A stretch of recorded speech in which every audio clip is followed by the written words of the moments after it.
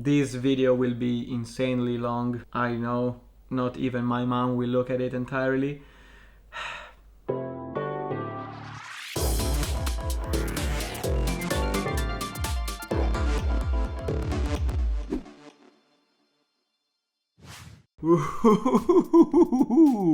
Have you seen that? This was like my first attempt to have an intro. Maybe I'll get better in the future, but yeah, I'm back. Second video. Incredible result just to be here today with you, alive. Here is Andrea Pedulli, but everyone calls me Pedu. I'm an industrial designer based in Italy, Milan, and welcome to the design highlights of November 2021. With this series of video, I'm just trying to give visibility and highlight all of these products, all of these design detail choices that went out last month that, in my opinion, have something interesting to be discovered, to be analyzed. There's a little case studies. Of course, you don't have to take each single product as a pure reference, but just a single detail is enough. My first video was the design highlights of October, and I actually really enjoyed to do that, and I decided to keep going. And let's see together at what time of this experiment I will have my first mental breakdown.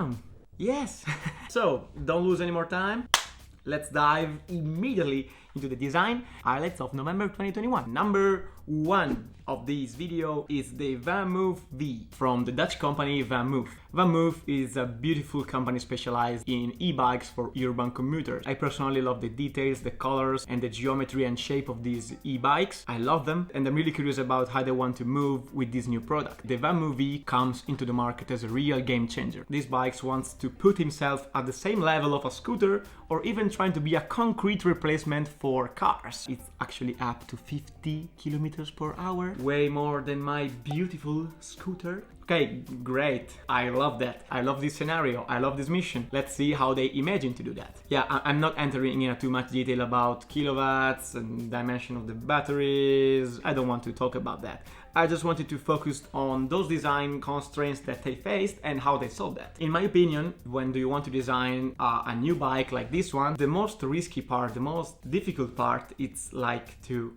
keep it a bike. It could be maybe sounds obvious, but it's not, because you have this new hyperbike that wants to compete against cars, so it has to be powerful, it has to have larger batteries, larger number of interaction, and of course also more speed. The risk is really simple, that you transform this bike into a new scooter. Easy. The Vamuf V has been designed with 2 intelligent motors able to be activated for different performances. Each one of those is positioned in each wheel, giving the user more traction and more acceleration. The Vamuf V needs more power, more structure, more volume for a more stabilized and secure control. The geometry is strongly characterized by this specific and pure rhomboid shape, not totally renovated, but is a logical, bold and robust evolution of the old ones. The central structure has to support the performance of a new front and rear suspension and thicker tires. In order to integrate them, they had to add volume. So they had to change the general section of the structure, moving from a circular to an hexagonal design shape. The structure looks now more compact, more heavy and more solid. This solution usually helps maintaining a strong design but with more contrast and movement. Also, the front and the back lights are different. I'm not a huge fan of the solution of those. I would rather prefer the old lights of the other Vamuf bike, but I totally respect and understand why they designed these in that way, following this new general, more solid and heavy design language. And moreover, who am I to disagree? Who am I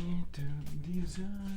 So generally speaking, I think that they managed to avoid possible issues. They designed it in a great way. The design looks really recognizable, really solid, and I actually really love that. It was a not so easy challenge to face, and they managed to do it perfectly. So congrats to the Vamuf team to be a part of these design highlights. And without losing any more time, let's go with number 2. Number 2 is the DJI Action Cam 2. DJI comes out with this new dynamite. Wow, finally someone who takes risks. We are no longer used to such big changes in terms of design. I just decided to bring this product into these highlights precisely because of the will of this brand to take risks and finally change the game. I'm not here to talk about FPS, type of camera, range of strange stuff. I just wanted to highlight and give visibility to the design choices. So let's start with the previous model, the DJI Osmo Action 1. This new model could have done like following the first one, just made the little homework, design a little changes, but no, they decided to push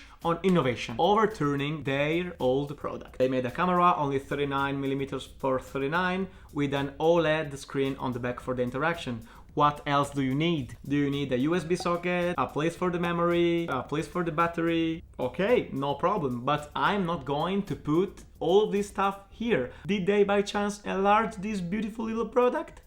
No, they decided to move into a really different way. They put all of the other function in a modular way. So we don't have a single product. We have an ecosystem. We have different elements, each one of those with a specific mission, perfectly combined in a beautiful modular system. And they managed to do this in a way that every single designer on the face of Earth get almost excited by, using magnets. Using magnets is really easy to imagine, but extremely complex to realize in such a perfect way. So in a few words, you will have this main body with the camera and the OLED screen for interaction, made of aluminum alloy, probably produced by milling. In Italian we say fresatura, easily connected to other secondary components that brings new functions. The second components become really crucial. This lower element in fact can be either way, what they call like touchscreen front module, with a screen for vlogging, so it's really easy to hold in your hand and you can see what you're filming, or a power module for a second battery. Both of these also favor the interaction and the ability of holding the product in your hand. Look here,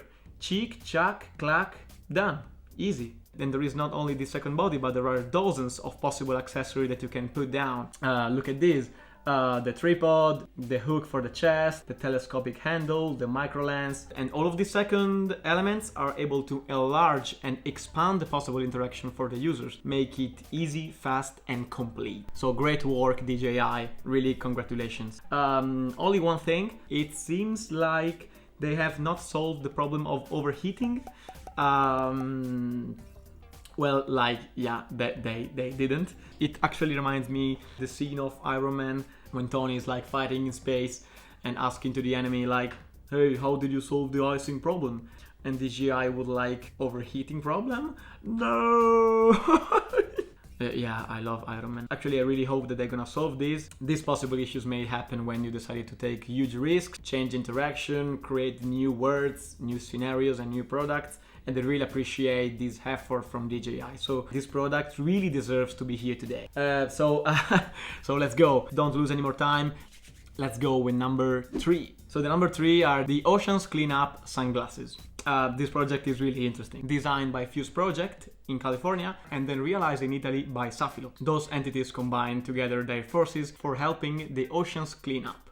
The Oceans Cleanup is the biggest no-profit movement that aims to clean all the plastic from our oceans. I'm not an expert on how the Oceans Cleanup perfectly works, how they clean, how they took out the garbage and transform it into plastic. If you want to inform yourself, I suggest to check out on the net. I know that these glasses went out 1 year ago, but I don't give a shrinkage because in November the Oceans Cleanup officially started at its maximum power into the Pacific, so I just wanted to highlight their first physical product. Only create a normal pair of glasses is not so easy, so just imagine that the plastic that composed these ones were into the ocean. I think it's beautiful to imagine that. Just trying to imagine all the effort that they had.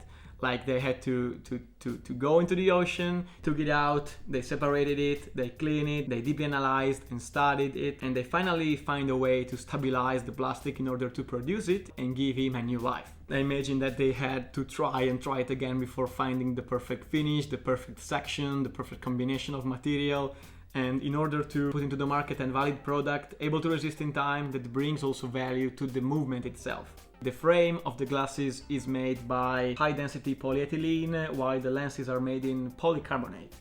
And also the bag is recycled and every single detail you will receive is entirely recycled. One of the most interesting parts is that in each glasses you purchase, you will have all the information and the coordinates of the ocean in which the plastic that composes your glasses were. I think it's great. And also every single purchase of these glasses will be donated to totally refund the movement itself. I don't know. I think that these kind of products are the one who has to be highlighted. I mean, they have a beautiful scope, beautiful mission, they are helping the planet, and moreover, they are putting on the market something really valuable. So for all these reasons, this is why they are part of the shutout. And not only for the mission, because I don't want to be too romantic, but I also like the design of these glasses. I mean, beautiful lines, the frame, the colors, and also the details, like this joint is beautiful. Really great job to all the team that work on this product, that are working to cleaning our oceans too. I think it's a beautiful movement, able to bring into the market a beautiful product like this one. So thank you for the Oceans Cleanup, beautiful project and beautiful mission. I hope you enjoyed it. Thank you very much for watching until this point. Let me know what do you think about this video. Everything that I said is just my personal opinion, so don't take it personal. And feel free to follow me on Instagram. And yeah, basically that's it. Thank you for watching and see you in the next one. Press like, subscribe, bye bye. See ya.